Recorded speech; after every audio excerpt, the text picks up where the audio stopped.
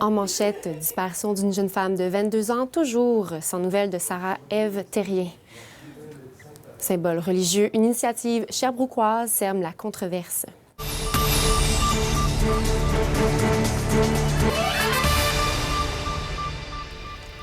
Bonsoir, ici Marie-Sophie Bergeron et bienvenue à votre téléjournal.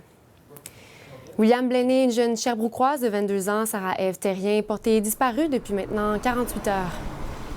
Marie-Sophie, je suis sur la rue Kings West, tout près de l'endroit où on a vu pour la dernière fois Sarah-Ève Terrien hier, mercredi, autour de 19h. Donc, Sarah-Ève Terrien est sortie de son domicile à 19h pour aller faire du jogging et elle devait ensuite rejoindre une amie à la promenade du lac des Nations.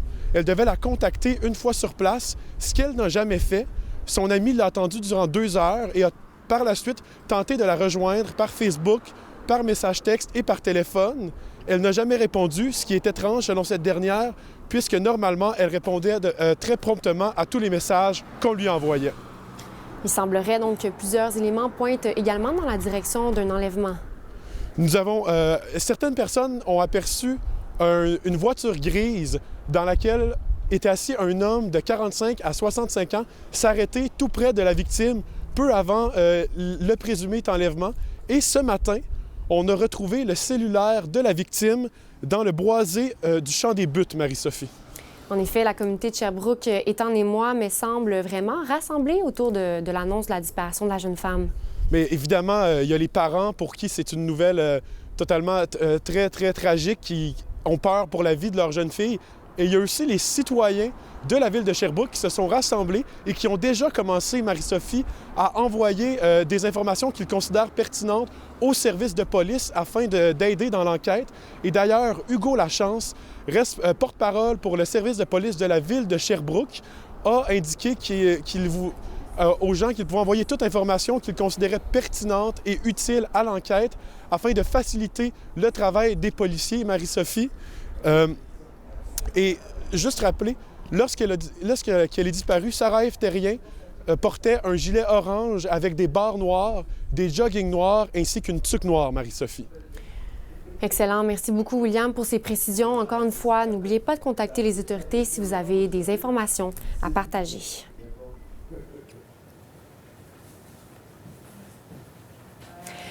Le débat sur les signes religieux est toujours aussi vif. Cette fois, c'est une initiative d'ici qui sème la polémique. Sarah Germain, vous pouvez nous en dire plus. Donc, il s'agit d'une décision du CIUS de l'Estrichus de faire l'inventaire des crucifix dans leurs installations. Donc, c'est une réponse aux événements qui sont survenus à Québec la semaine dernière, donc soit le retrait du crucifix à l'hôpital du Saint-Sacrement. D'ailleurs, le CHU de Québec a replacé ce crucifix au sein même de l'établissement hier au courant de la journée. En effet, Marie-Sophie, il est important de préciser qu'il s'agit d'une décision du ministère de la Santé et non du CHU de Québec. Donc, c'est une réponse aux réactions vives de la population suite au retrait du dit crucifix. Donc, rappelons qu'une pétition avec plus de 13 000 signataires avait été envoyée et que plus de 600 appels de citoyens mécontents avaient été faits. Donc, suite à toutes ces réactions-là, le ministère a dû réagir et a décidé de réinstaller le crucifix à sa position initiale dans le hall de l'hôpital.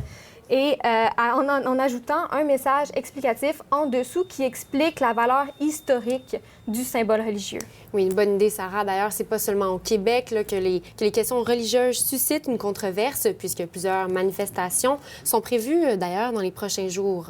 Donc, il s'agit de manifestations au sujet de la motion M103 qui avait été déposée à la Chambre des communes il y a quelques mois par la députée Khalid, la députée libérale. Et c'est une motion contre l'islamophobie et la discrimination religieuse qui était revenue, dans le fond, sur la place publique suite au tragique attentat de Québec.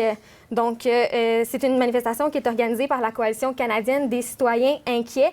Et selon la page Facebook de l'événement, c'est pour protéger la démocratie et la liberté d'expression. Donc, les manifestations vont avoir lieu dans les grandes villes canadiennes, le Vancouver, Calgary, Montréal et Toronto. Merci beaucoup, Sarah. On va suivre ça donc en plus en profondeur. Merci. Au plaisir.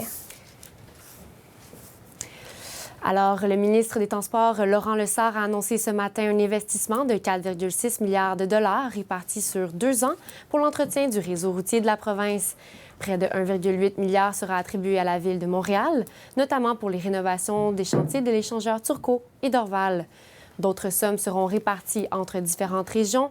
Les plus importants investissements concerneront notamment la Montérégie, la capitale nationale ainsi que la Côte-Nord. Un plan plus détaillé sera fourni par le ministère du Transport dans les jours à venir. C'est ce matin qu'on apprenait que le haut gradé et adjoint du directeur du service de police de la Ville de Montréal, M. Bernard Lamotte, a été démis de ses fonctions. Il s'agit d'une décision qui survient quelques jours après le déclenchement de l'enquête portant sur les allégations de fabrication des preuves visant la division des affaires internes du SPVM. Invité à réagir à cette annonce, le ministre de la Sécurité publique, Martin Coiteux, a souligné l'importance de poser des gestes décisifs dans le cadre de l'enquête. Nous nous déplaçons à l'international maintenant, en France, où la présidente du Front national, Marine Le Pen, a invoqué son immunité parlementaire pour refuser une convocation devant les tribunaux français. Mme Le Pen a été demandée en audience par les juges d'instruction en raison d'allégations relatives à la possibilité que des employés fictifs aient représenté le parti du Front national au sein du Parlement européen. À l'aube de la présidentielle française, ce scandale pourrait coûter cher à la présidente du Front national.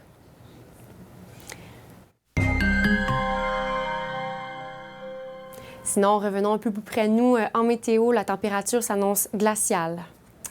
La semaine de relâche qui avait pourtant débuté avec des températures au-dessus des moyennes à Sherbrooke, donc un record de chaleur même.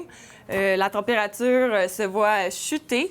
Donc, ce vendredi, on a eu une journée ensoleillée. Ce soir, il y aura des passages nuageux avec une température de -8.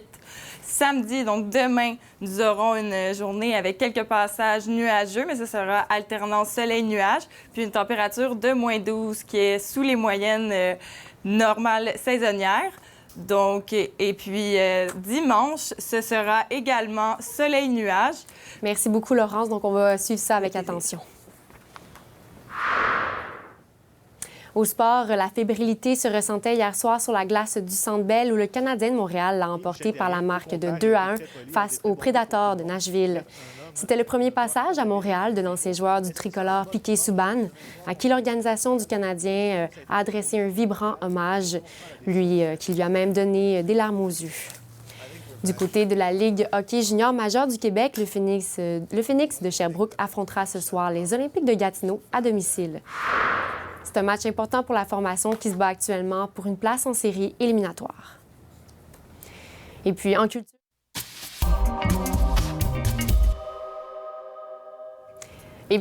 cette semaine, la semaine de relâche tire à sa fin, mais elle se terminera en grand à Montréal. Laurence Dubé, vous avez participé aux festivités. Oui, Marie-Sophie, la semaine de relâche finit en grand, donc avec la 14e édition de Montréal en lumière, la Nuit blanche, ce soir. Donc, plus de 200 activités seront à votre disposition pour vous divertir dans le Vieux-Port et également au centre-ville et dans le plateau Mont-Royal. Donc, afin de célébrer les 50 ans de l'Expo 67, l'événement aura un look rétro, donc de l'époque. C'est vraiment un bel hommage qu'on rend à l'année 1967 qui a fait rayonner la ville de Montréal à travers le monde. Le quartier des spectacles se trouvera donc au cœur même du festival comme à chaque année. En effet, Marie-Sophie, plusieurs DJ seront sur place pour animer la foule.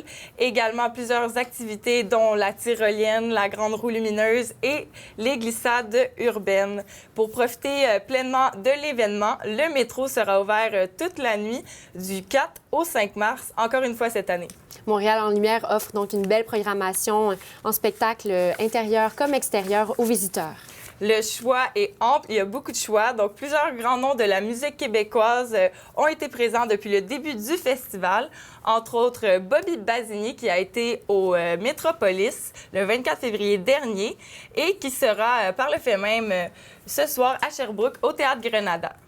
Donc, on va suivre ça encore une fois avec beaucoup d'attention. Merci d'avoir été des nôtres. Ici, il s'agissait donc du téléjournal.